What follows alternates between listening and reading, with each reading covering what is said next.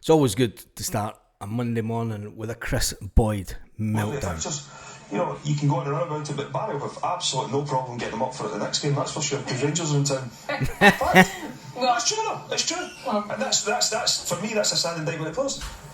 Okay. Right, well, So that's KRIS Boyd having an absolute meltdown again live on Sky. He does like a bit of a meltdown, and if his voice got any higher pitched during that meltdown, I think it would have been sounding like a lady.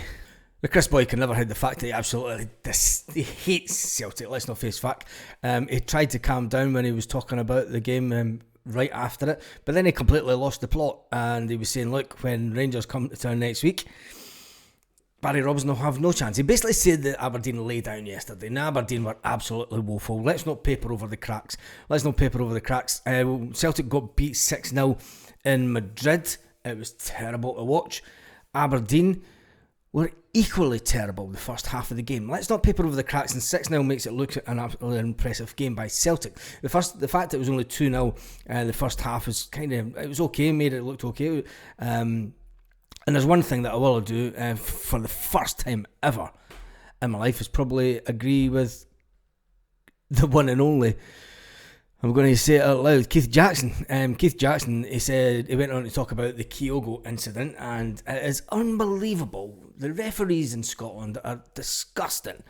When you see a player like Dyson Myra getting sent off in Europe for dangerous play when he has his studs up, and when you look at the full play, it's two players coming together kicking. But when another player hammers another player on the head from behind, and it's not a sender off, and then on television he turns around and smirks. You actually see him turning around and smirking because he knew he got away with one. He knew that he thought he was getting a red card all day long, and when he got a yellow, he smiled about it. Yep, the Aberdeen player smiled about it right after it, and as he turned his back and walked away from the linesman.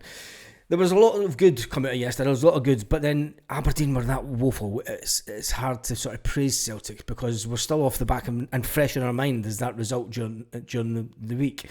And let's not paper over the cracks. Let's be realistic about it. Although we can dominate Scottish football when we can go out and put a performance like that, putting in a performance like that at Celtic Park's easy when Aberdeen, for the first 20 minutes of the game, did not want to even come out from their box. So let's have a bit of a reality check. It's all nice to be praising Celtic, and it was a fantastic result. I thought all played fantastic. There was everyone to a man. It was hard not to play good yesterday.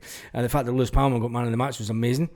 He is coming on. He's going to be some player. The fact that they're raving about him still in Spain, they're raving about him in Spain still. And if he doesn't end up in Spain in the next 2 seasons, I don't know what is going wrong with that guy's career. But he's getting highly spoke about over here. So it'll be interesting to watch his career develop over the next couple of seasons. Now, we'll have to talk about it because I'm not sure if any other channels talk about it, but the minute silence. The Green Brigade weren't there, the boys weren't there.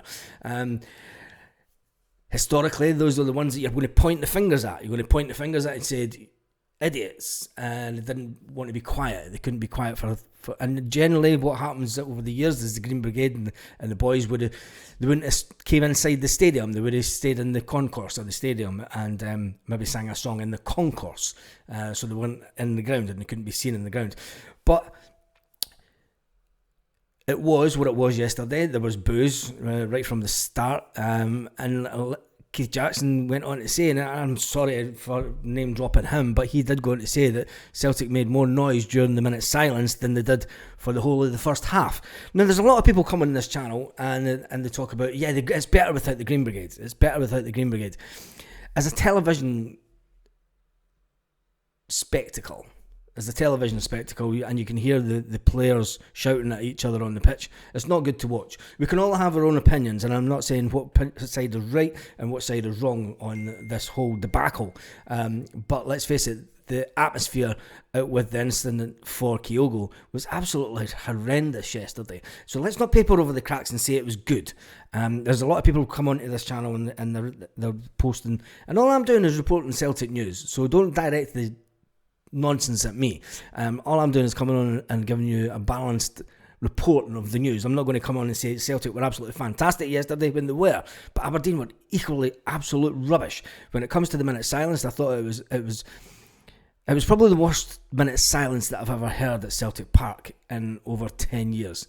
And I'm not saying that lightly. I mean, even the times that when the Green Brigade have been in the concourse and sung, it was quieter than what it was yesterday. So, but we move on. We'll get the bad press out of the way. We'll move on to the sort of the good bits and what Brendan Rodgers said about the Celtic team yesterday and what he said to them before the game. Now, the one thing that was yesterday, it was a joy to watch for some parts, because let's face it, Aberdeen sitting back and not having a goal isn't joyful football to watch. We can say that it's joy from a Celtic point of view, because it was good football. You know, we dominated, we passed the ball about, it was quick movement, it was everything that ticked the boxes that Brendan Rodgers usually likes to talk about, and things that usually go wrong in games. When he says that the passing in the last third wasn't as crisp or wasn't as fluent as what it could be, it was yesterday. You had the fluent passing, you had the nice passage, a lot of the play was clinical, but not that much in front of goal. The performance by Celtic, it was enough to get rid of the Atletico Madrid defeat. Let's face it, it was. But it's in the league. It's in the league. And I'm sorry, but it's hard to try and get motivated and be excited about the Scottish Premier League when teams like Aberdeen sit back. It's not good to watch. It isn't good to watch at all. I thought Aberdeen was going to have more of a go. They didn't. And is Chris Boyd right? Aberdeen will have a go at Rangers in 2 weeks' time. Now, what was really good about yesterday is the way that they bounced back. Let's bum the team back up. Right? Let's get the team back up. It says Rodgers was speaking about it after the game, and he said to the players, he says, I thought in life, and I've told the players that throughout your life as a football player, through your life as a player and a manager, you have pain points. And Tuesday was a pain point. You take that hurt, you take that hurt for 24 hours, and then you focus on the next goal. You focused on the next target, and that was obviously winning this game today. Obviously, this was one of them. The beauty about having moments like that, it gives you the opportunity to show your mentality in order to bounce back. It was probably good that we had a game at home, although the atmosphere was terrible. Let's not deny that the atmosphere was absolutely terrible yesterday. But the players were managing to bounce back. They were at home. Doesn't mean you sound like an inspiring, rousing speech, like maybe what Ange Postecoglou does. He says, but you tell the players that clearly they can do it. And then that's as simple as that. It was simple words from Rodgers to produce the display. Was it outstanding? Was it an outstanding display? It was a good display. But it's hard to say if it was a good or bad display with how bad Aberdeen played.